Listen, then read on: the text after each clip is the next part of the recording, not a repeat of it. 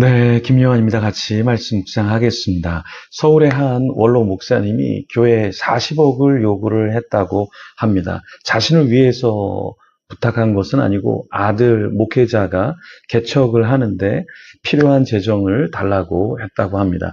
해당 교회는 줄 수 없다 이렇게 이야기를 했다고 해요. 그런데 교회 성도님들 중에 상처를 받은 분들이 있다고 합니다. 이 40억을 요구한 목사님은 합신에서 아주 유명한 분입니다. 설교에 있어서 탁월한 명성을 얻은 분이죠. 그런데 노년에 자식 사랑이 지나쳐서 교회에 상처를 주었는데요. 지도자의 타락은 그냥 단순히 개인적인 일탈이 아니라 사실 공동체 전체를 흔드는 구조적인 문제로 드러나게 되죠. 우리가 나이가 들고 또 성숙해 가면 나 자신과 나 자신의 가족들도 챙겨야 하지만 사실은 가난한 사람, 과부, 고아 그리고 또 더 공동체를 생각을 해야 하죠. 그런데 사실은 나이가 들면서 노년에 가면서 자기 자리를 후임에게 제대로 위임하지 못하고 자기가 끝까지 붙잡고 있는 사람들이 있습니다. 별도로 사역을 만들어서 하는 것을 문제 삼는 것이 아니라 자기의 교회의 핵심적인 사역들을 그대로 가져가거나 설교 강단을 자신이 부여잡고 그것을 놓지 않는 것, 그것은 사실 은퇴가 아닐 수 있죠. 오늘 본문에 인간의 교만, 권력, 남용이 무엇인지, 어떠한 결과를 낳는지 오늘 본문에서 그것을 보여주는데요. 같이 성경 말씀을 보면서 이 부분을 같이 고민하면 좋겠습니다. 1절과 2절 말씀에 불의한 법령을 만들며 불의한 말을 기록하며 가난한 자를 불공평하게 판결하여 가난한 내 백성의 권리를 박탈하며 과부에게 토색하고 고아의 것을 약탈하는 자는 화 있을진저. 이사야는 사회적인 구조 속에 법령 자체를 불의하다 이렇게 규정하지는 않았습니다. 이사야가 사회 구조에서 법령에 있어 어떤 것을 문제 삼았냐면 아쉬워했냐면 지도자들이 제도를 악용한 것. 그래서 약자를 돕는 것이 아니라 약자에게 갈 것을 자신들이 취득하는 것을 문제 삼았던 것이죠. 자, 지도자들이 무엇을 만들었느냐? 불의한 법령을 만들었죠. 불의한 말을 기록하게 했죠. 가난한 자를 위한 것이 아니라 불공평하게 판결하고 법을 만들어서 오히려 백성들에게 갈 것들을 자신들이 약탈했다라는 거예요. 그래서 제가 서론에서 언급했던 그 노년의 목회자 분에게 있어서 왜 사람들이 공분을 갖게 되고 또 그분이 노년에 어떠한 대우를 제대로 받지 못하느냐. 그것은 자기의 아들이 개척하는데 40억을 달라. 40억이라는 돈이 큰 교회에서는 작을 수도 있습니다.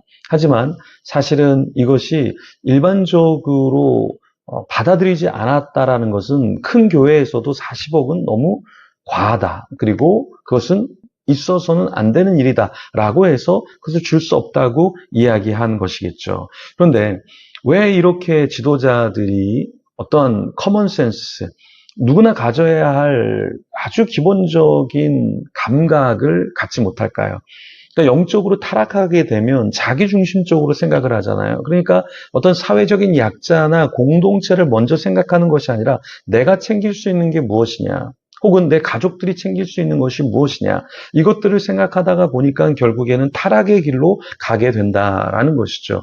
엘리 제사장이 왜 문제였습니까? 그의 몸이 비대했다라고 이야기하죠. 단순히 그냥 살이 찐 정도가 아니라 욕심이 비대하고 영적으로 슬림하지 못했다라는 거죠. 영적으로 아주 하나님 앞에서 가져야 될 것과 또 버려야 될 것들을 제대로 갖추지 못해서 제대로 균형을 잡지 못해서 그래서 문제였다라는 것이죠. 또 엘리가 영적으로 눈이 어두웠다라고 했잖아요. 그러니까 시야가 안 좋았던 것이지만 사실은 그냥 어떤 눈에 그 시력이 안 좋았던 것이 아니라 사실은 영적인 시야가 이제는 흐려져서 제대로 판단하지 못했다라는 것이죠. 결국에 엘리는 죽게 되었습니다.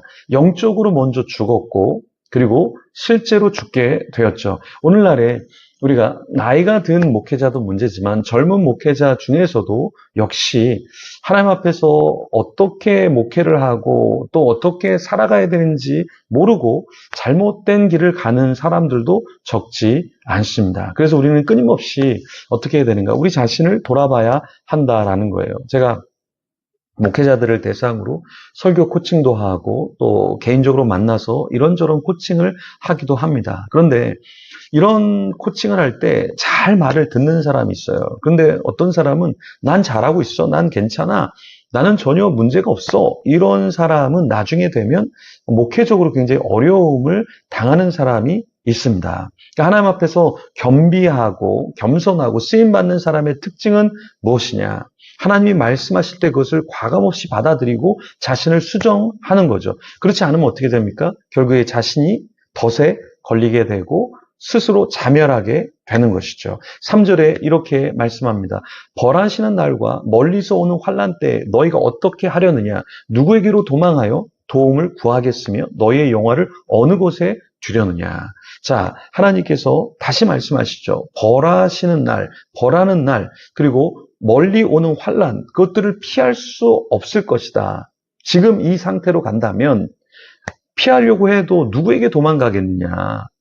그래서 하나님께서 먼저 이것을 선지자를 통해서 말씀하시는 거죠. 여러분, 누군가 여러분에게 와서 게으르지 마라. 누군가 여러분에게 와서 탐욕을 부리지 마라. 누군가 여러분에게 와서 왜 그렇게 사느냐라고 이야기할 때 그것을 들을 수 있어야 하는 것이죠. 듣지 않으면 어떻게 됩니까? 나중에는 피눈물을 흘리면서 후회하면서 그 말을 듣게 되는 것이죠. 저도 그렇고 여러분도 그렇고 우리가 하나님의 말씀이 떨어질 때 누군가 와서 조언을 해준다라는 것은 그것이 마지막 기회일 수 있다. 아주 좋은 조언일 수 있다. 그것을 뿌리치지 않고 듣는 자가 지혜로운 자입니다.